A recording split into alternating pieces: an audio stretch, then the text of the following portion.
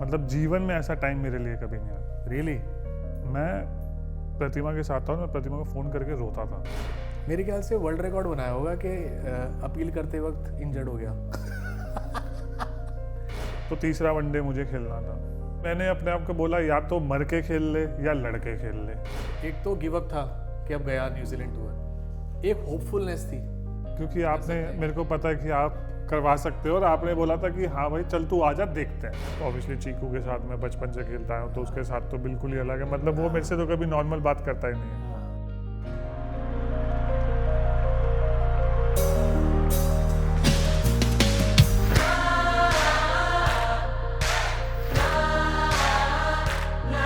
तो क्या हुआ जो गिरे, तो क्या हुआ जो थमे, चल उठ जा रे तगड़े जरा झाड़ के ये कपड़े, दर्द रोके ना हमें अब सब कमाल है, जिंदगी मेरा तुझसे एक सवाल है, क्या हाल चाल है, क्या हाल चाल है।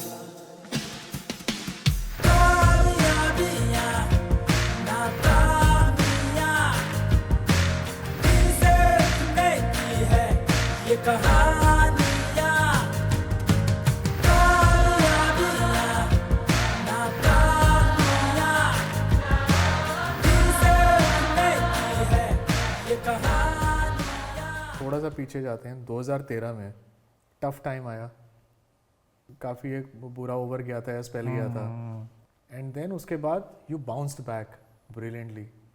तो क्या चल रहा था उस टाइम दिमाग में, क्या किस तरह का क्रिटिसिज्म था इंटरनली एक्सटर्नली? बाहर तो ऑब्वियसली होगा ही होगा, बट मेरे को जो दुख हो रहा था उस टाइम पे एक्चुअली मतलब जीवन में ऐसा टाइम मेरे लिए कभी नहीं आया। Really? Actually I was in depression for 2 months। What? किसी को नहीं पता था। मैं प्रतिमा के साथ था और मैं प्रतिमा को फ़ोन करके रोता था। अच्छा।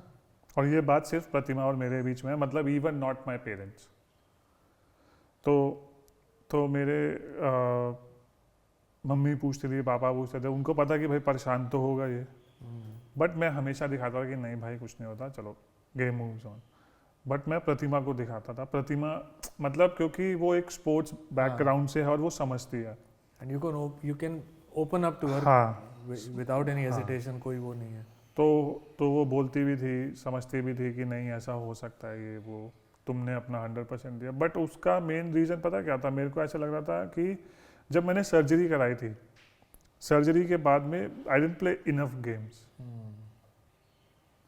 तो मेरा बॉल ऑफ द विकेट वैसा नहीं जा रहा था जैसा सर्जरी से पहले जाता था। तो मेरे को उतना मैच टाइम नहीं मिला प्रिपेयर होने के लिए, क्योंकि सर्जरी के तुरंत बाद मैं टेस्ट टीम में आ गया। करेक्ट। फिर टेस्ट मैच खेलते आप लगातार सारी क्रिकेट खेले, तो मेरे को ऐसा फील हुआ कि नहीं भाई मेरे को थोड़ा सा गेम से दूर जाने की ज़रूरत है। अच्छा। और बॉलिंग करने की ज़रूरत है और डोमेस्टिक खेलने की ज़रूरत है, तब जाके मैं प्रॉपर तरीके से रेडी हो सकता हूँ इंटरनेशनल क्रिकेट के लिए। तो और ये कोई ख़राब चीज़ नहीं है एक्सेप्ट करने के लिए। नहीं, हाँ बिल्कुल, it's a very mature thing too. हाँ, तो मैंने वो रियलाइज़ किया। फिर उसके बाद जाके मैंने वो जो आप बोल रहे हो कम बैक किया, क्योंकि फिर उसके बाद जब आप बॉलिंग करते रहते हो तो बहुत सारी चीज़ें वो रस्टीनेस ख़त्म हो जाती है। हाँ, और उस लेवल पे कोई स्कोप नहीं है रस्टीनेस का। नहीं, उस लेवल पे तो आपको 110% मतलब मक्खन की तरह बॉडी चलनी चाहिए आप, क्योंकि मेंटल स्ट्रेस तो है ही। तो आपकी बॉडी एक ऐसी चीज़ है कि आपकी मक्खन की तरह चलनी चाहिए कि जहाँ आप चाहो वहाँ पे आप बॉलिंग कर सकते हो। बट वो एक्चुअली बहुत टफ टाइम था। कैसे निकला उस, मतलब मैं अभी हम मेंटल हेल्थ की थैंकफुली अवेयरनेस बहुत बढ़ गई है और हम सपोर्ट करते हैं एक दूसरे को, अपने दोस्तों को, कॉलीग्स को, सोसाइटी में सपोर्ट सिस्टम्स क्रिएट हो रहे हैं। तो तेरा एक्सपीरियंस मेंटल हेल्थ का, and what your advice would be of dealing with a situation where you are low down? दुख तो होता है। मे बी मेरा डील करने का तरीका तो डिफरेंट था कि हम वहाँ से गए थे साउथ अफ्रीका वो सीरीज़ के बाद में। तो जब हम वहाँ गए थे साउथ अफ्रीका में, मैं पहले 2 वनडे नहीं खेला था, तो तीसरा वनडे मुझे खेलना था। तो फिर मैंने अपने आप को बोला या तो मर के खेल ले या लड़के खेल ले। तो जो वो चीज़ थी ना, वो उसने मेरे को बहुत चेंज कर दिया एज अ पर्सन, कि मैं फिर और ज़्यादा लड़ाकू होने लग गया और ज़्यादा एग्रेसिव होने लग गया। In your game, in a good way, in a positive way. कि मतलब आपको किस माइंडसेट से गेम में जाना है। एक होता है कईयों का कि आप जब आप अंदर जाते हो तो आपका क्या दिमाग होता है, नर्वसनेस होती है, एंजाइटी होती है, सब कुछ होता है। लेकिन उसके साथ में आपको ये ध्यान में रखना है कि आपकी एक ऐसी कौन सी चीज़ है कि आपको प्रॉपर तरीके से चार्ज करती है और आपका एटीट्यूड ऐसा होता है कि मैं आज हर एक बॉल पे 200% दूंगा। अभी सब लोग बात करते हैं बॉलिंग की ये, लेकिन कोई भी इस चीज़ के बारे में बात नहीं करता, स्पेशली यंगस्टर से, क्योंकि यंगस्टर्स अभी क्या है, गेम एक एंटरटेनमेंट हो गया और इतना ज़्यादा बड़ा गेम हो गया है कि फेलियर तो इसमें होगा, लेकिन जो सबसे इम्पोर्टेंट चीज़ है वो ये है वो कि आप यंगस्टर से उसके माइंडसेट के बारे में बात नहीं करते कि आपको किस माइंडसेट के साथ गेम के अंदर जाना चाहिए। वो आता है आपके एटीट्यूड से। एटीट्यूड कैसा होना चाहिए कि मैं भी देखता हूँ कैसे मारता है मुझे। लेकिन उसके बाद भी तो मार पड़ सकती है, उसके बाद भी पड़ failure हो सकती सकता है, वो हो सकता है, वो आप एक्सेप्ट कर लोगे, लेकिन क्योंकि आपने 100% दे दिया। हाँ, लेकिन अगर आप ये उसमें फिर आपका वो एग्जीक्यूशन, फिर आपकी प्रैक्टिस आ जाएगी।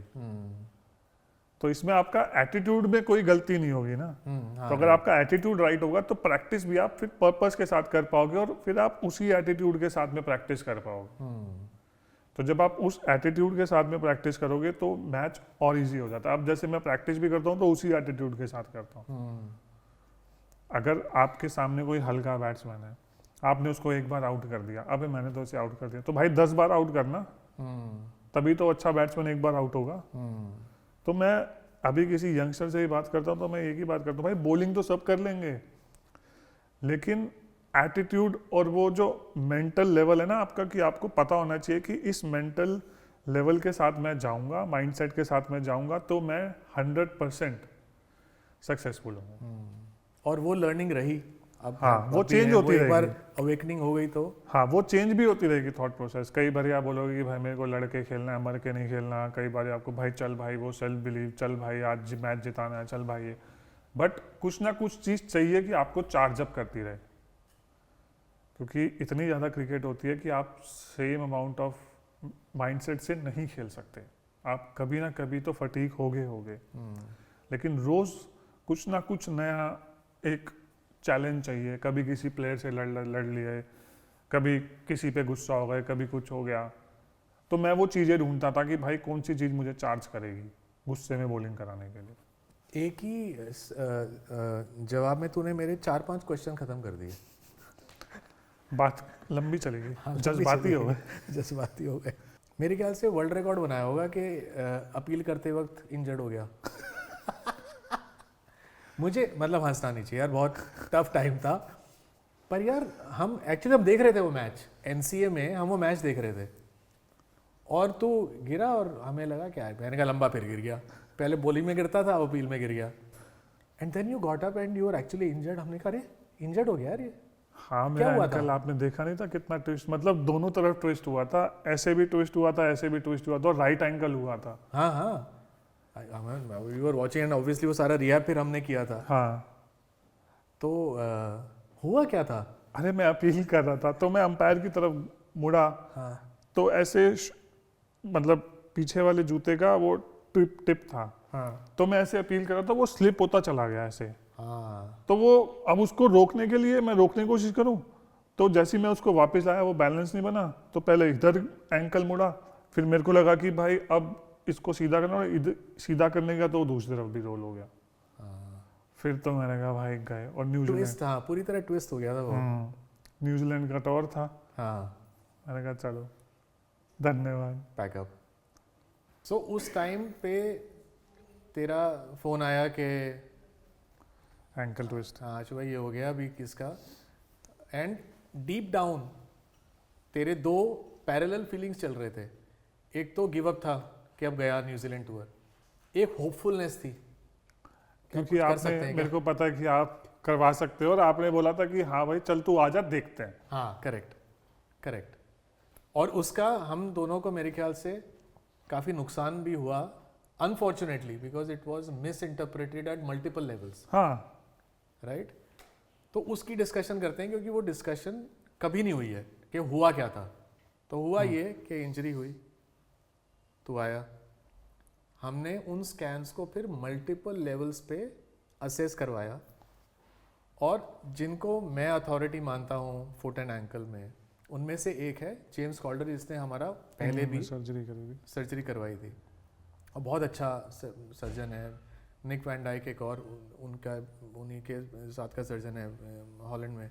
तो वो दोनों अथॉरिटीज़ माने जाते हैं। तो उन्होंने बोला कि टेक इट क्लिनिकली।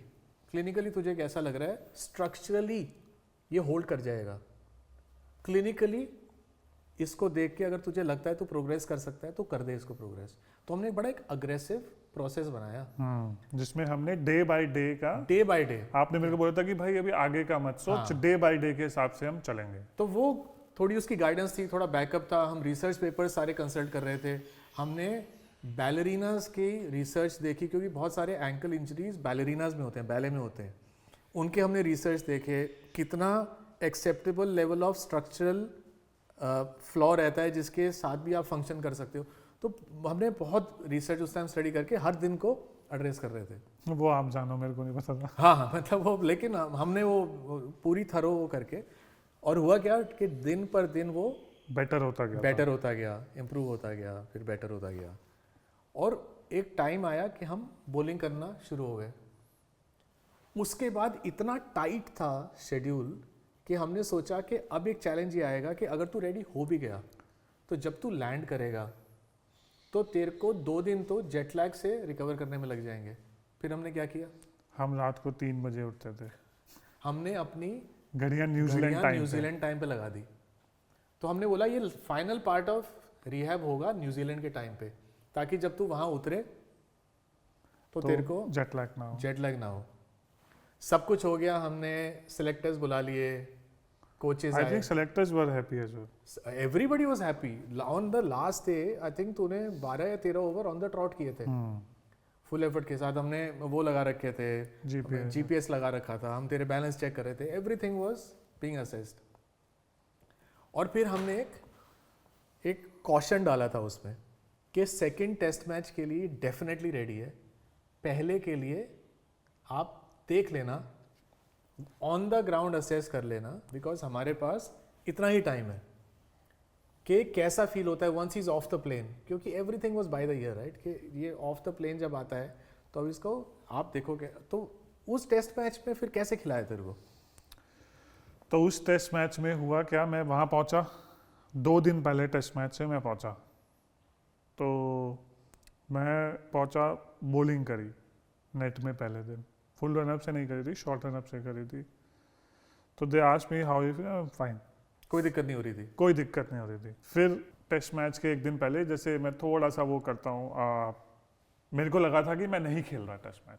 अच्छा। जो हमारी बात हुई थी कि भाई वो कह रहे थे कि शायद टीम मैनेजमेंट कि आप सेकंड टेस्ट मैच खेलोगे, हाँ, क्योंकि based on that communication also ना, हमने हाँ, भी यही बोला था कि सेकंड के लिए ही जेट लैग की वजह से 100% रेडी है। हाँ, तो मैंने हल्की सी मतलब फुल रनअप से सिर्फ फीलिंग के लिए, क्योंकि वेलिंगटन एक टोटली डिफरेंट जगह थी और वहाँ पे ब्रीज के अगेंस्ट आपको बॉलिंग करनी पड़ती है ये वो, तो मैंने उसके हिसाब से मतलब 3-4 ओवर फुल रनअप से बॉलिंग करी। फिर जब हम टीम मीटिंग में गए, प्रैक्टिस के बाद सीधा टीम मीटिंग गई, तो वहाँ पे बोला गया, मेरे को मतलब बोला भी नहीं गया, तो मैं बैठा हुआ था, एकदम से प्लेइंग 11 सुनाई, तो उसमें मेरा नाम मिला। ये क्या हुआ? राइट।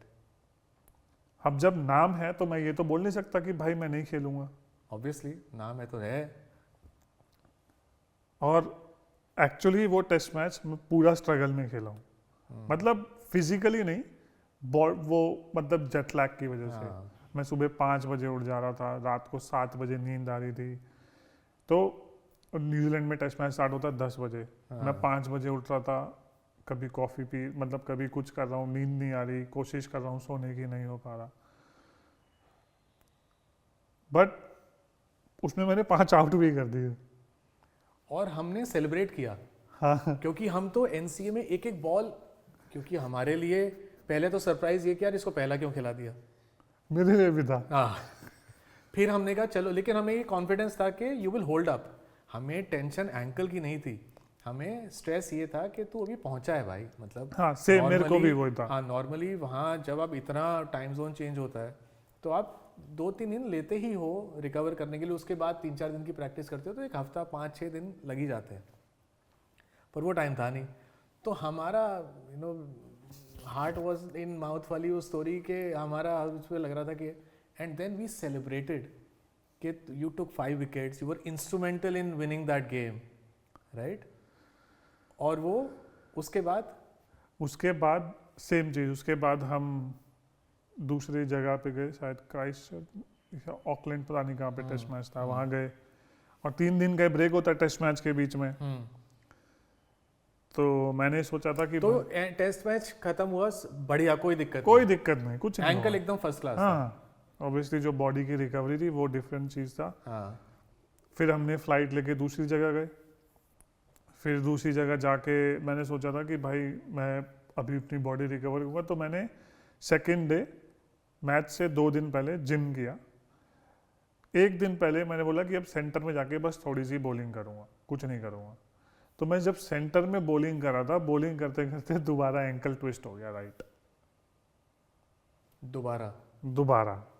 तो वो ओरिजिनल इंजरी फ्लेयर अप नहीं हुई? नहीं, वही इंजरी, एंकल ट्विस्ट हो गया। और न्यूज़ में क्या आया कि वो इंजरी, मेरे को तो पता नहीं ये हुआ वो हुआ। तो मैंने उनको बोला भी था वहाँ पे कि भाई ऐसा नहीं हुआ, मत करवाओ। बट कोच, सपोर्ट स्टाफ जो भी था वहाँ पे, वो लोग पता नहीं क्या था कि उन्होंने वो जैसे जैसे करके वो रिलीज करवाया। मेरे पास मीडिया के फ़ोन आने लगे कि अरे आपने कैसे पैचअप करके भेज दिया, ये तो एक टेस्ट मैच लास्ट किया खाली। और उस टाइम पे for some reason there was a lot of attention and rightly so at NCA पे काम रहता था, तो प्रेशर भी रहता था और स्क्रूटनी भी रहती थी, और वो अच्छी चीज़ है क्योंकि that keeps you on your toes. लेकिन मुझे उस टाइम पे लग रहा था कि यार अनफेयर है कि आपने एक टेस्ट मैच खेला, वहाँ पूरा का पूरा सपोर्ट स्टाफ है, सब ने आपका साइन ऑफ किया है, उसके बाद वो इंजरी फ्लेयर अप नहीं हुई, एक नई इंजरी हुई अनफॉर्चुनेटली उसी एंकल पे, और उसने आपने उसको बोला कि प्लेयर को भी और हमारे भी इतनी मेहनत, इतना कष्ट, इतना effort, and was gone like that. हाँ, बट उसमें जो बेस्ट चीज़ मेरे को एक लगी थी कि कभी भी उसने, विराट ने, मतलब उसने ये नहीं बोला था, मतलब जब पहला टेस्ट मैच की प्लेइंग 11 हुई थी तो उसको कन्वर्सेशन का आइडिया भी नहीं था उस टाइम पे। नहीं, बट विराट तो वाज ऑलवेज सपोर्टिव आल्सो ना। हाँ। विराट का तो इसमें कुछ रोल ही नहीं था। I think the way it was miss interpreted by the media primarily on, because face value पे था सब। हाँ नहीं, बट इसमें सपोर्ट स्टाफ का सबसे बड़ा रोल होता है। अच्छा, तो सपोर्ट स्टाफ अगर ये चीज़ क्लियर कर देते विराट को तो वो वही बोलता, मतलब ये, मतलब ठीक है कि उसने कभी क्वेश्चन नहीं किया, ना आपसे किया, ना मेरे से किया, किसी से भी, बट उसमें क्या था कि अगर जो सपोर्ट स्टाफ होता वो विराट को बोलता कि ये हमें इंस्ट्रक्शंस मिली है एनसीए में कि हम ईशांत को दूसरे टेस्ट मैच से खिला पाएंगे। क्यों? क्योंकि भाई 2 ही दिन हुए उसको आए हुए, जेट लैग है, और अभी 100 चीज़ होती है, उसकी बॉडी को टाइम लगेगा, 100 चीज़ होती है, तो वो भी मना नहीं करता, ऑफ कोर्स वो भी समझता। हाँ, जब एब्सोल्युटली उसको क्या लगा कि ये है यहाँ पे एकदम फिट, अब ये खेलेगा। हाँ, करेक्ट। तो जब मैंने अपना नाम सुना, मैंने जैसे बोला कि भाई मैं ये तो बोल नहीं सकता कि मैं नहीं खेलूंगा, मैं खेलूंगा, अब मेरा नाम आपने प्लेइंग 11, तो मैं खेला। फिर अनफॉर्चुनेटली हुआ क्या कि मैं जब बॉल डाला तो वो दोबारा ट्विस्ट हो गया, और वो भी मैच के बाद 2 मैचेस के बीच में। 2 ही मैच थे वहाँ पे टेस्ट मैच, और वो मैच से 1 दिन पहले मैंने सोचा था सिर्फ हल्का सा हाथ घुमा लूंगा, बाकी कुछ नहीं करूँगा, तो उसमें ही ट्विस्ट हो गया। करेक्ट। तो उसमें तो अब कोई क्या कर सकता था, बट बेटर कम्युनिकेशन और बेटर वो पोर्ट्रे कर सकते थे कि मतलब ये फ्लेयर अप नहीं हुई है, ये नई इंजरी है, अनफॉर्चुनेटली सेम एंकल पे हुई है। हाँ, करेक्ट, एग्जैक्टली। कहीं उसका कोई और नुकसान हुआ फिर? किस चीज का? एंकल का? हाँ वो तो अभी भी एंकल का तो ठीक है, एंकल का तो इज वन थिंग बिकॉज वो बैक टू बैक इंजरीज हो गई उसका। लेकिन बहुत बार मैंने ऐसा देखा है कि एक फिर टैग लग जाता है छोटा सा कि बार बार इंजरी, ये पिछली बार भी इंजर्ड हो गया था अभी, तो उसका फिर कुछ थोड़ा सा अफेक्ट उसका पड़ा कि नहीं पड़ा तेरे पे? हाँ पड़ा था, but I was lucky enough कि विराट कैप्टन था तो उसको भी भरोसा था कि नहीं भाई अगर ये खेलेगा तो पूरा कर देगा। बचपन से देखा था कि हाँ, तो उसको पता था कि भाई अगर ये खेलेगा तो ये पूरा कर देगा। ईमानदारी का टैग बड़ा था। हाँ और क्या कि कोई कुछ तो वो टैग तो यार, टैग अगर आप कुछ ऐसी चीज कर रहे हो जो लोग देख रहे हैं, कहीं ना कहीं कुछ ना कुछ टैग तो आपको पड़ेगा ही पड़ेगा। बट टैग आपके काम पे इफेक्ट नहीं होना चाहिए। करेक्ट। तो मैंने हमेशा कोशिश करी है कि किसी भी चीज़ का कोई भी टैग हो वो मेरी बॉलिंग या मेरी गेम पे कभी इफेक्ट ना कर पाए। ठीक है भाई, आपको जो बोलना है बोल लो, कुछ नहीं होता। लोग तो पाजी के बारे में कितना कुछ बोले हैं, इवन विराट है अभी भी खेल रहा है उसके बारे में कितना बोल रहे हैं, जब भाई खेल रहे थे, जब बेस्ट कैप्टन थे वो उनके लिए, तो यार ये तो एक पार्ट ऑफ लाइफ है। This is a part of, और इसके साथ आपको जीना आना चाहिए और खेलना आना चाहिए। और इसको कभी दिल पे मत लगाओ। करेक्ट।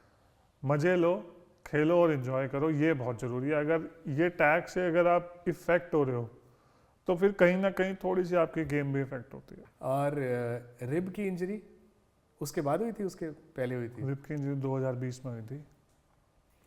उस डिसीजन का मैं पर्सनली बहुत रिस्पेक्ट करता हूँ, उस डिसीजन को। वो डिसीजन तूने लिया था। अरे आप ही करते हो। हाँ, मेरा पूरा टूर मिस हो गया।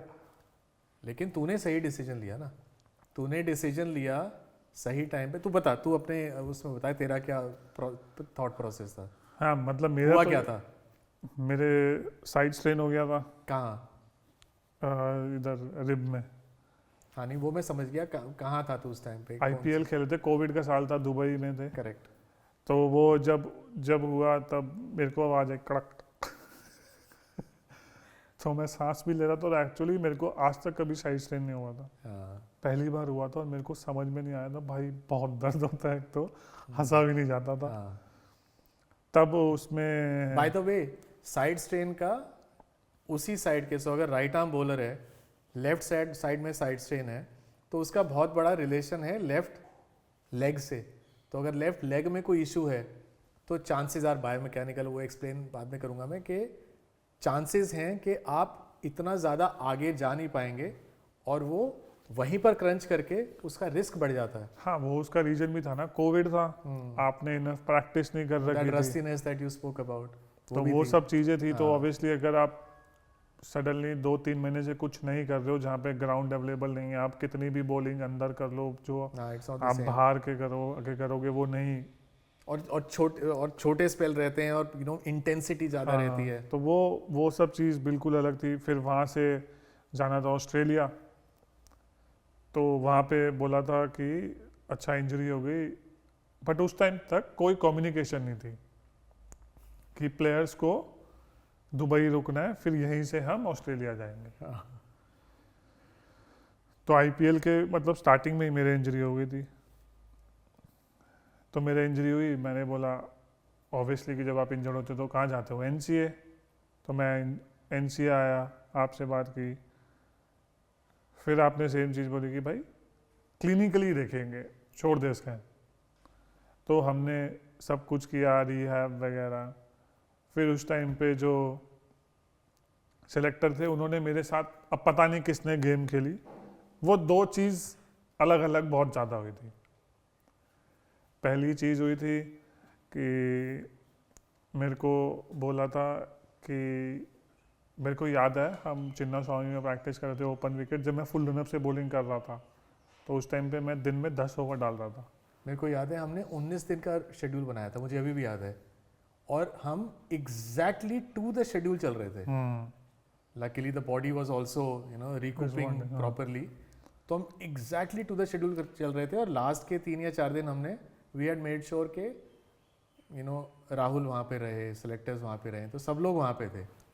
नहीं तो बट हुआ क्या था उस टाइम पे, जब राहुल भाई नहीं थे तो उस टाइम से एक दिन सिलेक्टर आए थे बॉलिंग देखने के लिए कि हाउ आई एम बॉलिंग, मेरी फिटनेस ये वो। तो जब वो आए थे तब उन्होंने, मेरे को याद है वहाँ पे वो पाइप नहीं लगे थे जंगले के पास में, वहाँ पे बैठे हम बात करते कि we want you to go, you are very important, even if you are not 100% fit at least you should go, your experience counts ये वो। एक दिन ये बात हुई, मैंने कहा चलो भाई अच्छी चीज़ है कि they want me to go because मैं मेहनत कर रहा हूँ और मेरे को भी जाना है। नेक्स्ट डे सडनली पलट गए भाई अच्छा कि आपको 2 दिन में 40 ओवर डालने। मैंने कहा हैं 2 दिन में 40 ओवर डालना? हाँ। मैंने कहा 2 दिन में 40 ओवर तो टेस्ट मैच में भी नहीं आते भाई। हाँ। मतलब हम तो टेस्ट मैच हार ही गए। हाँ। कह रहे नहीं कि अगर आप यहाँ लोड करोगे तो फिर आप वहाँ पे जाके ये कर सकते हो। मैंने कहा भाई 2 बातें क्यों कर रहे हो। फिर मैंने वहाँ पे फ़ोन किया भी, मतलब सपोर्ट स्टाफ में, वो सेलेक्टर मुझे बोल रहा है कि सपोर्ट स्टाफ के किसी मेंबर ने बोला कि इनको 2 ओवर में 40 ओवर डालने हैं। फिर मैंने वहाँ फ़ोन किया, कह रहे मैंने इनको बोला कि भाई 2 दिन में, मतलब इनको 5, मतलब जब आप यहाँ पे भेजो तो 5 सेशन में इनको 30 से 35 ओवर डलवाना, व्हिच इज फेयर। बट हम बॉडी उस टाइम पे इतनी रेडी नहीं थी, हम दिन में डाल रहे थे 15 ओवर। तो क्या बोला था कि हम वहाँ पे जाके क्वारंटीन में ट्रेनिंग कर लेंगे या कुछ कर लेंगे अगर, बट वहाँ पे ऑब्वियसली क्रिकेट ऑस्ट्रेलिया ने भी अलाउ नहीं करी थी कि हमको बड़ा वो दे, तो उसमें बहुत सारी चीज़ें भी थी, बट मिसकम्युनिकेशन उस टाइम भी बहुत ज़्यादा हुई थी। और पता नहीं वो मिसकम्युनिकेशन थी या गेम थी। गेम। बट जो मैंने आदमी देखे ना, मतलब सिक्का भी इतनी जल्दी नहीं पलटता जितनी जल्दी वो पलट गए थे। was tough to deal with। हाँ, मुझे याद है मैं बीच में से छोड़ के आ गया था रिहैब। मैं नहीं कह रहा कोई रिहैब जाओ। मैं अपना किट बैग उठाया वापस इनसे, आज तक नहीं किया मैंने। आज तक नहीं किया मैंने। और एक्चुअली मैं मेहनत कर रहा हूँ भाई, मेरे को भी खेलना है। आप तो सिर्फ सेलेक्ट कर रहे हो, बट एज अ प्लेयर, और मेरे को लगता है कि प्लेयर की रिस्पेक्ट तभी होती है जब आपको वो कुछ दे सकता है। जैसे ही ख़त्म हो जाती है ना तो ऐसे कर देते हैं जैसे कि you were not a part of anything ever. वो एक खराब चीज़ है। Not players, I am talking about management, कि यहाँ पे कभी भी कम्युनिकेशन लेवल नहीं है किसी का कि आप सेलेक्ट हो गए, आपके लिए हम ये देख रहे हैं, आपको ये चाहिए, आपसे हम ये चाहते हैं, आपसे हम ये चाहते हैं। वो एक चीज़ हो जाएगी ना अगर बीसीसीआई में, तो I think players will do wonder. क्योंकि प्लेयर के कमिटमेंट लेवल में अभी भी किसी में कोई कमी नहीं है। नहीं, इतना लड़के इतना बट एक ही चीज़ है कि वो ये है कि आपको क्लियर कम्युनिकेशन करना बहुत ज़रूरी है प्लेयर के साथ। कि जैसे अगर आप हो, अब जैसे माही भाई के रूम में जाते थे, कोई भी कुछ भी सवाल कर रहे थे कि भाई माही भाई मैं खेल क्यों नहीं रहा, गुस्सा कर, अरे तू बैठ, रुक, शांति से बात कर, ये कर। उसके बाद फिर वो समझाते थे कि अभी तेरे को इन चीज़ पे काम करना है, फिर ये करना है, फिर उसके बाद में तू ये करेगा तो चीज़ें अच्छी होंगी, फिर तू कम बैक करेगा। तो तेरे को ड्रॉप नहीं कर रहे, बस एक ब्रेक दे रहे हैं कि भाई तू पुराना वाला ही शांत वापस आए, ना कि जो अभी है। अभी तेरी बॉडी में और बॉलिंग करने की ज़रूरत है। तो ये अगर एक ऐसा कम्युनिकेशन लेवल होगा प्लेयर के साथ में, तो प्लेयर एक्चुअली आपको ज़्यादा मैच जिता के देंगे, क्योंकि फिर उनको रोल क्लियर हो जाएंगे प्लेयर्स को। मन करता है अब इतनी सारी इन्फॉर्मेशन होने के बाद मन करता है कि मैं इस जगह पे हूँ जहाँ मैं कम्युनिकेशन सॉर्ट आउट कर सकूँ। अभी तो नहीं। Eventually may be, but communication is the biggest enemy right now. और इवन मतलब जब एरिया ऑफ इम्प्रूवमेंट बहुत ज़्यादा, क्योंकि वो एक ऐसी चीज़ है जो प्लेयर्स के लिए बहुत कुछ चीज़ कर सकते हैं। क्योंकि एकदम से आप खेलते खेलते ड्रॉप हो जाते हो तो समझ में नहीं आता कि मेरी गलती है। तो फिर आप जब सेल्फ डाउट करते हो कि एम आई गुड इनफ और नॉट, राइट। तो जब जहाँ भी किसी प्लेयर के दिमाग में डाउट आ गया, 50% गेम खत्म हो जाती है। क्योंकि फिर आप एग्जीक्यूशन नहीं कर पाते, माइंड क्लियर नहीं हो पाता, फिर आप 100 चीज़ों के बारे में सोचता हूँ, अगर मैं यहाँ बॉल डालूंगा उसने वहाँ मार दी तो, यहाँ बॉल डालूंगा वहाँ मार दी तो सिंपल चीज़ ये है, क्लियर कम्युनिकेशन अगर होगी तो बहुत चीज़ बेटर होगी। चलो आई एम श्योर सब चीज़ें इंप्रूव हो रही हैं धीरे धीरे। आई एम श्योर ये कम्युनिकेशन वाला एरिया भी आगे बढ़ेगा, इंप्रूव होगा, होना चाहिए। कोविड के टाइम पे बहुत टफ सभी ने समय बिताया, पर्सनल लॉसेस, सिचुएशंस वेयर बहुत इतनी रिस्ट्रिक्शंस में किसी को आइडिया नहीं था जीना कैसे है। तो उसमें एथलीट्स के अलग चैलेंजेस थे in addition to what everybody else was dealing with. तो उसमें मुझे याद है तूने मुझे बोला था कि मुझे नींद आनी बंद हो गई है क्योंकि मेरी फिजिकल एक्टिविटी की इतनी है। मुझे इनफैक्ट वो याद है तूने कहा था कि मजदूरी की आदत है हमें और वो क्योंकि मजदूरी हो नहीं रही है तो बॉडी थक नहीं रही है और मुझे नींद नहीं आ रही है। मेरे को याद है कि एक्चुअली कोविड के टाइम पे मैं रात को 3 बजे सुबह 4 बजे उठ के बैठा होता था। मतलब मेरे पापा मम्मी सुबह 4 साढ़े 4 बजे उठ जाते हैं, पूजा वूजा करते हैं, तो मेरे को वो देखते थे, कई बार डर जाते थे, ये क्या हुआ? अच्छा, कह रहे क्या हुआ? मैंने कहा नींद नहीं आ रही। और सच में अभी भी सेम मेरे साथ होता है कि अगर मैं ट्रेनिंग नहीं करता या रेस्ट डे, चलो अगर आप जैसे मैंने 2 दिन लगातार बॉलिंग करी, तीसरा दिन रेस्ट डे, तो वो नींद आ जाती है। बट अगर मेरा 3 दिन का गैप हो जाए ट्रेनिंग में, बॉलिंग में या किसी भी चीज़ में, तो चौथे दिन मेरे को नींद नहीं आती। अच्छा, तो मेरे को कुछ ना कुछ करते रहना पड़ता है, चाहे मेरे को वो थकावट बहुत ज़रूरी है, नहीं तो मेरा दिमाग कंटिन्यूसली चलता रहेगा और वो चलेगा नहीं तो ऐसा लगता है कि मेरी बॉडी स्लो हो गई और दर्द होती है। मेरी बॉडी के साथ हिसाब उल्टा है कि लोगों की सो के फ्रेश होती है, मेरी दर्द होती है। हाँ, तो तेरे को मेहनत, हाँ, उसके बाद रिलैक्सेशन, हाँ, मेरे को उसके बाद डिजर्व करनी है, हाँ, रिलैक्सेशन डिजर्व होनी चाहिए। हाँ, कि मतलब ये मैं सोचता भी नहीं हूँ, बट ये ऑटोमेटिकली होता है मेरे साथ। आम इंसान के साथ क्या डिफरेंट होता होगा या क्या डिफरेंट होना चाहिए तेरे को लगता है? कि जैसे अगर कोई बिल्कुल एक्टिविटी नहीं करता, तो इमेजिन भी नहीं कर सकता कि कोई ऐसा भी होगा जो बिल्कुल एक्टिविटी नहीं करते, या घर से ऑफिस, गाड़ी में बैठे, जॉब नहीं, से बहुत लोगों की ऐसी जॉब होती होंगी जो ऑब्वियसली फॉर श्योर कि वो नहीं कर पाते होंगे, बट उनकी मेरे ख्याल से बॉडी ऐसी हो जाती होगी या मेरी बॉडी ऐसे हो गई, क्योंकि देखो एक आता है बचपन, बचपन के बाद आती है जवानी, मेरी तो आई नहीं क्यों? क्योंकि मैं बचपन के बाद सीधा बुढ़ापा देखा ना नहीं यार, इतनी बढ़िया मेंटेन करी है तूने अपनी बॉडी, अच्छी बॉलिंग कर रहा है, खेल रहा है, आईपीएल आने वाला है वो नहीं, बट वो सब चीजें निकल चुकी थी। खेलने खेलने में तो पता ही नहीं चला कि 17 से लेकर मैं 37 तक कब हो गया, मेरे को नहीं पता लगा।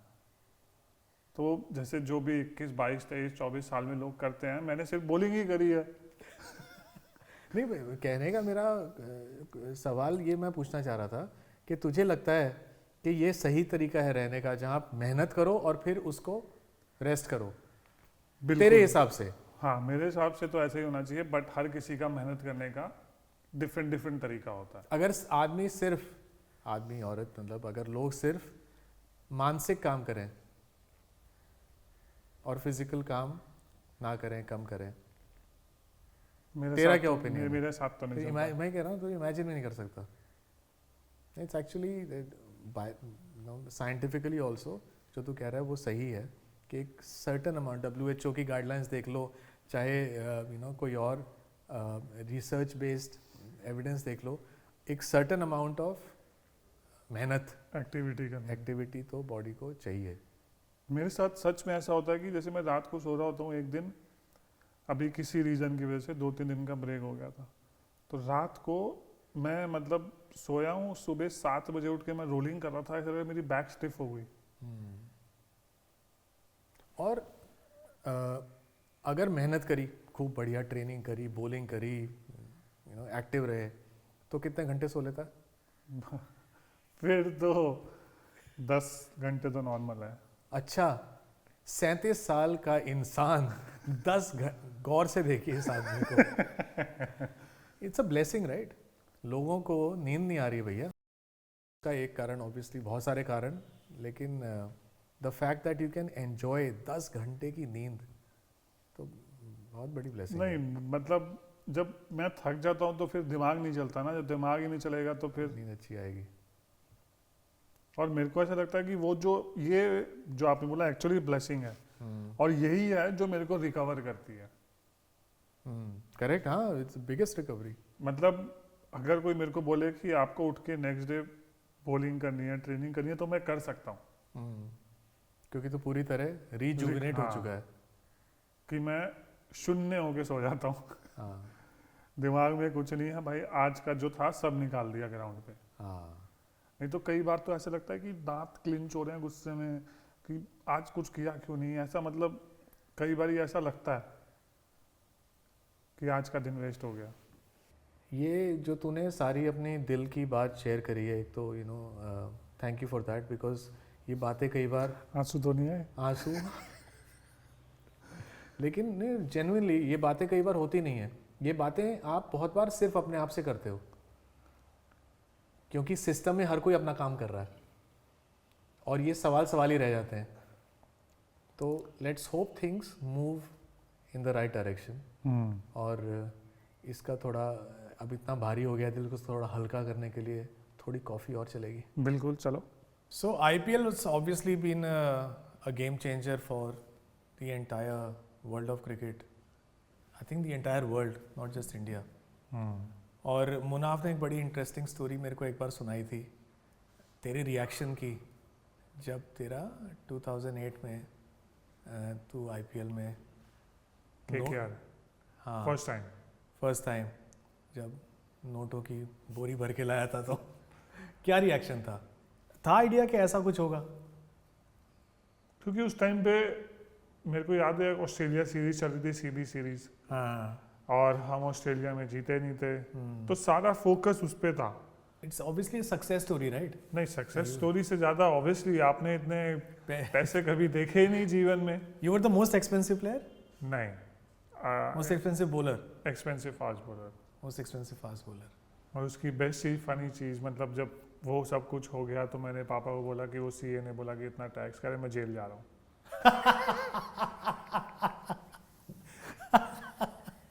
अच्छा, मैं जीवन में भाई जब नहीं देखा किसी ने, वो बोलेंगे भाई इतना पैसा मैं अपनी लाइफ में नहीं कमाया, और इतने पैसे मैं टैक्स के दे दूंगा, मैं जेल जाऊँ। मैंने कहा भाई जाता ही। तो लेकिन अपब्रिंगिंग कैसी थी? मॉडेस्ट थी, हम्बल थी? हाँ, बहुत ज़्यादा। अच्छा, मतलब कभी भी ऐसा नहीं था कि किसी चीज़ के लिए कभी स्ट्रगल करना पड़ा, बट ऐसा भी नहीं था कि जिस चीज़ पे हम उंगली रख दें तो वो चीज़ हमारी। तो वो मेरे को लगता है वो जो एक चीज़ थी वो बहुत अच्छी थी। इस वजह से अभी कोई भी कुछ भी आप अचीव कर लो तो कोई भी चीज़ बहुत बड़ी नहीं लगती, क्योंकि वो क्वांटम लीप हो चुका है। हाँ, तो अब ऐसा लगता है हाँ ठीक है, हर चीज़ में हाँ ठीक है, एक्सेप्ट ऑब्वियसली डॉटर के अलावा। It's been a beautiful addition to your life, huh? Lovely. So sweet, huh? Pratima, you and now the family is getting complete. Slowly but surely. Pratima से कैसे मिला? Pratima she's also a huge achiever, right? Oh, big time. उनकी family में actually इतने सारे लोग हैं जो इंडिया को रिप्रेजेंट कर चुके हैं कि मतलब 5 सिस्टर है, 4 कर चुकी हैं। वाओ। जिसमें से एक को चारों बास्केटबॉल में इंडिया के लिए खेली हैं, और जिसमें से एक सिस्टर को तो अर्जुन अवार्ड, और पहली ऐसी बास्केटबॉल की लड़की है जिनको पद्मश्री मिला है। अमेजिंग। आकांक्षा को? नहीं, प्रशांति। ओके। तो ये actually coming from a B town, और इतना बड़ा सेक्रीफाइस, और कि जिसमें उनकी फादर बाहर जॉब करते थे। अच्छा।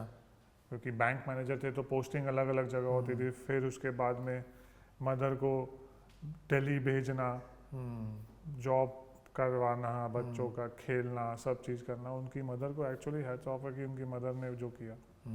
और प्रतिमा से मैं मिला था, उसमें क्या कहते हैं, एक टूर्नामेंट था। तू बास्केटबॉल खेलने गया था? चीफ गेस्ट था यार। अरे अच्छा। प्रतिमा वो कर रही थी स्कोरिंग, हमारे यहाँ पे कैसे होते हैं स्कोरर? पर तो मैंने देखा, मैंने कहा इनके तो स्कोरर भी बड़े सुंदर होते हैं। काफी डिफरेंट है क्रिकेट से। बहुत ज्यादा। मैंने कहा यहाँ तो अलग दुनिया है, ये तो पेज 3 है भाई। अच्छा। फिर मैंने अपने दोस्त को बोला, राजीव को, मैं कहा यहाँ तो स्कोरर भी सुंदर है। उसने मेरा चाटा मारा, कह रहा भाई स्कोरर नहीं है ये, जो मतलब मेरे दोस्त ने, दोनों दोस्त ने मिलके और प्रतिमा की सिस्टर ने मिलके वो टूर्नामेंट ऑर्गेनाइज कराया था। अच्छा। तो प्रतिमा की इंजरी थी तो वो सिर्फ अपनी सिस्टर की हेल्प करने के लिए बैठ के स्कोरिंग कर रही थी, तो मेरे को पता नहीं था। अपना तो जो देखा वो रिएक्शन है, फेस वैल्यू पे है। तो वो रिएक्शन निकला था। तब उसने बोला कि भाई ये वो नहीं है, ये उसकी सिस्टर है। उसने तेरे को भैया बोला? मैंने कहा नहीं, अभी तक तो मेरी बात नहीं है। अच्छा, प्रतिमा की एक चीज़ और भी है। क्या? जिसको पहले देखती है सबसे पहले चीज़ निकलती है भैया। हाँ, ये तो मैं एक्सपीरियंस कर चुका हूँ। हाँ, और ये अभी से नहीं है, पहले से। अच्छा। पहली चीज़ प्रतिमा बोले भैया। She is very sweet. हाँ, very sweet, Very- very caring, very हाँ, लविंग, वार्म। वो है क्या कहते हैं, गेस्ट के लिए एकदम। हाँ, घर का माहौल। अपने को क्या है शांति कि भी भाई अपने को बिस्तर दे दो, चाय दे दो, खाना दे दो। मग्गा चाय। मग्गा क्या, जो मर्जी दे दो। वो नहीं, प्रॉपर तरीके से सब चीज़ होनी चाहिए। अच्छा, मैंने कहा ऐसा भी होता है क्या? गुड। तो फैमिली भी सेटल्ड, यारी दोस्ती है ही, 2 घंटे का हंसना बहुत खेलना। जरूरी है।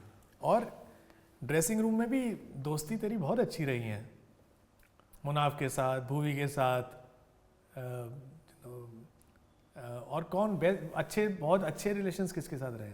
शामी के साथ। शामी के साथ शामी और तेरा रिलेशन देख के तो डर जाए कोई, इतनी टांग खींचते हो एक दूसरे की। मतलब हम सब वो सब चीज़ कैमरे में बोल भी नहीं सकते। हाँ, करेक्ट। तो बहुत ही पॉलिटिकली इनकरेक्ट हाँ। चीज़ है। तुम एक दूसरे को, तो मेरे को डर भी गया था ना, एक बार एक जूनियर आया था कोई बस में बैठा और उसे लगा कि तुम सच्ची में लड़ रहे हो। कौन? खलील था कि कौन था? खलील था। कह रहे ये क्या चल रहा है यहाँ पे? अरे मैंने कहा तू बैठ। लेकिन बेस्ट फ्रेंड कौन है? ऐसा कोई बेस्ट फ्रेंड नहीं है, बट बहुत अच्छे अच्छे दोस्त हैं, बहुत अच्छी मेमोरीज है मेरी इंडियन हाँ। टीम में। स्पेशली उस टाइम पे तो चलो ठीक है, मुन्ना भाई वगैरह सबसे बहुत अच्छी दोस्ती थी, लेकिन अभी जब बाद में हमने खेलना स्टार्ट किया तो सेम एज के लोग आ गए। हाँ, राइट। और कभी भी किसी को, मैं कभी भी इस चीज़ में नहीं मानता कि सीनियर और जूनियर नहीं। अगर आप खेल रहे हो एक टीम में, then you are equal. Right. तो कोई सीनियर नहीं है, कोई जूनियर नहीं है। अगर मैं तुमसे मजाक कर रहा हूँ, तुम मेरे से मजाक कर सकते हो, बट ऑब्वियसली लिमिट में मजाक करूँगा। तो वो नहीं है कि कोई सीनियर है कोई जूनियर है। जैसे शामी और मैं सेम एज, भूवी और मैं सेम एज। अब ऑब्वियसली चीकू के साथ मैं बचपन से खेलता हूँ, तो उसके साथ तो बिल्कुल ही अलग है। मतलब वो मेरे से तो कभी नॉर्मल बात करता ही नहीं है। पहले दिल्ली की लैंग्वेज निकलेगी, उसके बाद नॉर्मल बात होगी। फिर केएल थोड़ा सोफिस्टिकेटेड है, तो वो उसके साथ भी थोड़ा अलग तरीके की दोस्ती है। फिर हार्दिक के साथ हुई थी, हार्दिक अलग तरीके। तो मतलब ओवरऑल बहुत अच्छा एक्सपीरियंस मेरा रहा है और बहुत अच्छी मेमोरीज मैंने क्रिएट करी है। अभी भी कोई भी मिलता है तो ऐसा नहीं है कि चाहे आप कोई भी जूनियर ले लो, चाहे अक्षर ले लो, ऋषभ ले लो, आवेश ले लो, तो इन सबसे अभी तक बात होती है। सबके साथ टच अभी तक है। तो बहुत, मैं वही कह रहा हूँ कि आप जो मिस करते हो, खेलना मिस नहीं करोगे, पूरा जीवन तो बोलेंगे करियर शरीर ही तोड़ा है, तो आप मिस करते हो क्या? Dressing room. Coaching, training, helping youngsters, खासकर जो कि अफोर्ड नहीं कर सकते इस तरीके की सुपरविजन, इस तरीके का सीखना, उनके लिए मन करता है उनको हेल्प करने का, या टाइम निकालते हो कुछ करने का?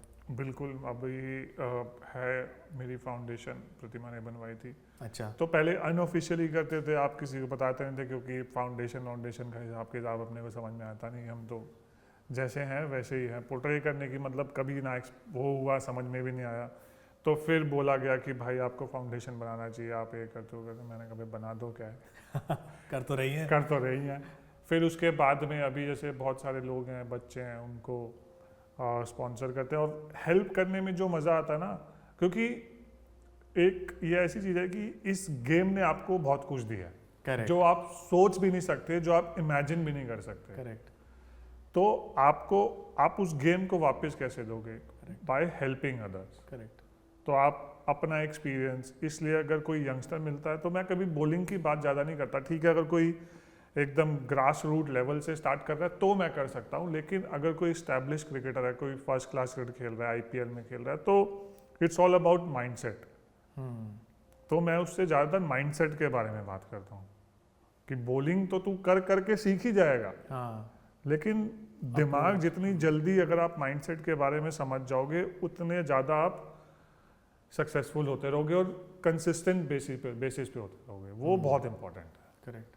तो इसलिए मैं ज़्यादातर माइंडसेट के बारे में बहुत बात करता हूँ। Very good, very nice. और अब मेरे ख्याल से अब ये मेंटरिंग और specially given the social isolation थोड़ी थोड़ी हो गई है हमारी, as we are getting more reliant on technology, तो उसमें और भी ज़रूरी है ये इस तरीके की ह्यूमन इंटरेक्शंस जो कि लोगों को गाइड करें, इंस्पायर करें। हाँ, बहुत ज़रूरी है, क्योंकि अब आप कुछ चीज़ कर सकते हो या कोई भी चीज़ करना चाहते हो आप, ठीक है, आप सब चीज़ों के हिसाब से कर सकते हो जितने भी आप AI वगैरह, लेकिन जो ह्यूमन एक टच होगा, जो फील होगी और जो आपको एक्सपीरियंस शेयर कर पाएगा, वो एक आर्टिफिशियल AI नहीं कर पाएगा। करेक्ट। क्योंकि वो, अगर मैं आपसे बात कर रहा हूँ तो क्यों कर रहा हूँ, क्योंकि आपके पास वो एक्सपीरियंस है। हाँ। तो उसको पता है कि भाई ये इस चीज़ से जा चुका है। अब जब कोई इस चीज़ से जा चुका है तो वो उसकी बात सुनेगा, नहीं तो फिर कल को कोई दूसरा उसको बोले कि भाई तुझे बॉलिंग ऐसे करनी है, भाई चल अपना काम कर। क्यों वो सुनेगा भाई? क्योंकि अगर आप गुजर चुका है जो उससे, हाँ, तो वो तब सुनेगा। करेक्ट। तो ये मज़ा आता है मेरे को ज़्यादा। बॉलिंग तो मेरे को लगता है कि हर कोई करते करते सीख ही जाएगा। जो मेरे को ऐसा लगा कि जो मेरे करियर में पहले होनी चाहिए थी, वो थी कि कोई मेंटल लेवल पे मेरे को बता पाता कि भाई इस माइंडसेट से खेलना चाहिए। चैलेंजेस वहाँ थे, चैलेंजेस मेंटल साइकोलॉजिकल लेवल पे थे रादर देन या अप्रोच जो भी। और ये दो चीज़ MS धोनी बड़ी अच्छी बोलता था शुरू से कि जब आप ग्राउंड में पैर रख रहे हो तब आप क्या सोचते हो, और जब आप थक जाते हो तब आप क्या सोचते हो। क्या है उसका, क्या सोचते हो दो सिचुएशंस में? मतलब अगर वो एक एग्जाम्पल दे रहे हैं कि जब आप थक जाते हो तो आदमी कैसे होता है, चल छोड़ यार, कौन डालेगा, आप किसी और को दे दो, आउट नहीं हो रहे, कोई और कर देगा। उस टाइम पे आपकी सोच होनी चाहिए कि नहीं भाई मैं आउट करूँगा।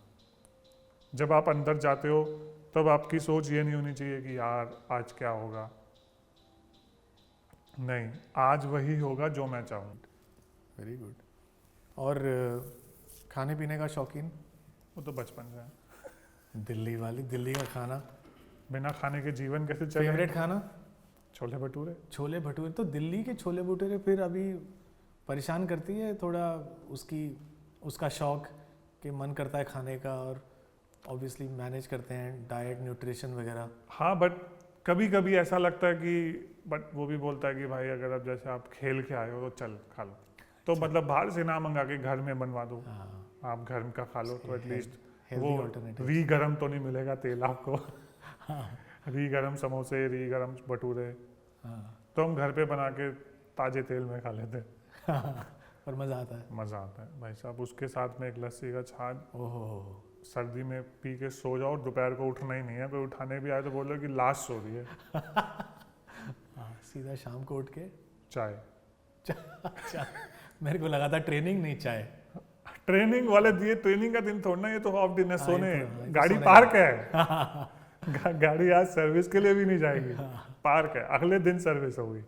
Fantastic, fantastic, good life, chill life बहुत जरूरी है। ईशांत, ये 6 सवाल हमारी क्रिएटिव टीम से आए हैं, और फटाफट जो पहला दिमाग में आता है वो मुझे बता। एक रूल क्रिकेट का जो तू हटाना चाहता हो। Impact player rule. हाँ, impact player rule. Impact player rule पसंद नहीं है, ठीक है, fair enough. Reason? Allrounder game में खत्म हो जाते हैं फिर। बस यही मेन रीजन है, वरना तो मेरे को इम्पैक्ट की वजह से खेलने को मिला। पर्सनल फायदा तो है। और बेस्ट चीज, बैटिंग नहीं आती, बॉलिंग करो, बॉलिंग करो, घर जाओ। एक बैट्समैन कभी से भी, पहले के ज़माने का, आपका, जिसको आउट करने का मन हो पर मौका नहीं मिला, कभी सोचा है दिमाग में गेम प्लान बनाया कि पाजी को अगर मैं क्या bowling कर करता हूँ? दूँ क्या कर लूँ, बट एक बार आउट किया एक्चुअली मैंने पाजी को यार, अच्छा? भूल गया मैं तो कब? आईपीएल में। हाँ मैं कहने वाला था, मैंने कहा आईपीएल में तो खेला होगा। हाँ आउट भी किया मैंने, कैसे याद है? बोल्ड। ओहो, एक कोई ऐसी हिस्टोरिकल फिगर पॉलिटिक्स से, आर्ट से, बॉलीवुड से, कहीं से भी, जिसको क्रिकेट सिखाने का मन करे। मेरे को भी सवाल ही पसंद नहीं आया, ये क्या, ये team not a good question. AI का लगता है एआई गेम चेंज कर देगी हमारा। सी एआई किस सेंस में? किसी भी सेंस में, चाहे वो व्यूइंग एक्सपीरियंस हो, चाहे वो हाँ व्यूइंग एक्सपीरियंस में कर सकती है, बट गेम जो खेला जाएगा वो 11 लोगों में या 12 लोगों में खेला जाएगा। माइंडसेट जो होगा वो उन्हीं का होगा, एग्जीक्यूशन होगा उन्हीं का होगा, मतलब जो ये डाटा होगा वो सिर्फ एक हेल्प कर पाएगा प्लेयर्स को। करेक्ट, प्रिपरेशन, थोड़ी स्ट्रैटेजी प्रिपरेशन। हाँ, और अभी बहुत सारी चीज़ें आ गई हैं, जैसे इसकी वीडियो एनालिसिस की वजह से, कि जैसे नया वर्ड आया मैचअप्स, मेरे को नहीं समझ में आई ये सब चीज़ें। अब जैसे अगर कोई लेफ्टी बैटिंग कर रहा है, लेफ्ट आर्म बॉलिंग कर रहा है, तो वो तो मारेगा ही। हाँ, तो इसमें तो मैचअप पता ही क्या? था। हाँ, ऑफ स्पिनर को राइटी बैट्समैन तो मारेगा ही। अब अगर मैं पावर प्ले में बॉलिंग करूंगा, कोई भी बैट्समैन हो, तो वो तो मारेगा ही। तो इसमें मैचअप कौन सा आता है? तो मेरे को ये सब चीज़ें समझ में नहीं आती। Right, fair enough, fair enough. बहुत टाइम तक बड़ी लंबी जुल्फे रही हैं, तो कोई hair care tip? Hair care tip कुछ नहीं भाई, रोज नहाया करो। रोज बाल धोता था? हाँ, तुम आते थे ना इस बात में। कोई बॉलीवुड एक्टर जिसकी आवाज में कमेंट्री सुनने का मजा आएगा? बॉलीवुड एक्टर जिसकी आवाज में कमेंट्री सुनने का मजा आएगा, कौन सा हुआ? राजपाल यादव। राजपाल यादव, मजेदार commentary, fantastic. I like your answers. Actually funny होगी। हाँ हाँ, बहुत फनी होगी, बिल्कुल, एक्साइटमेंट भी होगी। ईशान, मज़ा आ गया। कितना? बहुत, इतना। It was really such a pleasure and I'm so grateful that you opened up your heart। और मेरे ख्याल से ये चीज़ें सामने लानी सबके बहुत ज़रूरी थी। हाँ, बहुत टाइम से भड़ास देना होगा।